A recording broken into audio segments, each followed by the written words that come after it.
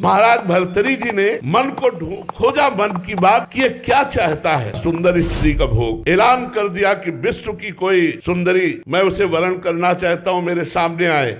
तो बहुत से जो अपनी सुंदरता का अभिमान रखती थी सुंदरियां एकत्र, क्योंकि चक्रवर्ती सम्राट महाराज भर्तरी, उनमें एक का नाम था पिंगला। भर्तरी जी के चित्त को लुभायमान कर लिया। भर्तरी जी ने उसके साथ पाणी ग्रहण किया। उन्होंने कहा राजपाट हमारा छोटा भाई विक्रमादित्य संभालेगा। अब मैं देखता हूँ इस काम में सुख कितना है। जिस काम के लिए मेरा मन लालायित हुआ, पहले मैं सुख से तृप्ति प्राप्त करूंगा। अब राजमहल केवल समय से भोजन पहुंच जाएगा, कोई भी राजकाज सब विक्रमादित्य के ऊपर, और आप केवल भोग निर्णय करने के लिए। बहुत वर्ष व्यतीत होते गए, लेकिन समय नहीं पता चला। पिंगला एक दिन अपने महल के पार्श्व की तरफ देखा, एक हष्ट पुष्ट जवान घोड़ों की रखवाली करवा रहा था। कोई मालिश कर रहा है, कोई कुछ कर, उसे अश्वपाल कहते हैं। देखा और जम गया। पिंगला ने दासी को भेजा, अश्वपाल से कौन मिलना चाहती। अब महाराज जब शयन में होते तब अश्वपाल से मिलना शुरू हुआ। अब आप बहुत ध्यान से सुनना। एक गरीब ब्राह्मण तपस्या कर रहा था देवराज इंद्र के लिए कि वो प्रसन्न और मुझे धन दे। देवराज इंद्र प्रकट हुए और एक फल दिया, बोले अमर फल, इसे खाने से अमर हो जाता है। बस अंतर ध्यान हो गए। उनका मेरी बात भी नहीं सुनी। मुझ गरीब को अमर होके क्या करना है, मुझे तो धन चाहिए था। ये अमर फल मैं महाराज भर्तरी को दे देता हूँ, और भर्तरी धर्मात्मा राजा है, वो अमर रहेंगे तो हमारी प्रजा सुखी रहेगी। महाराज की जय हो।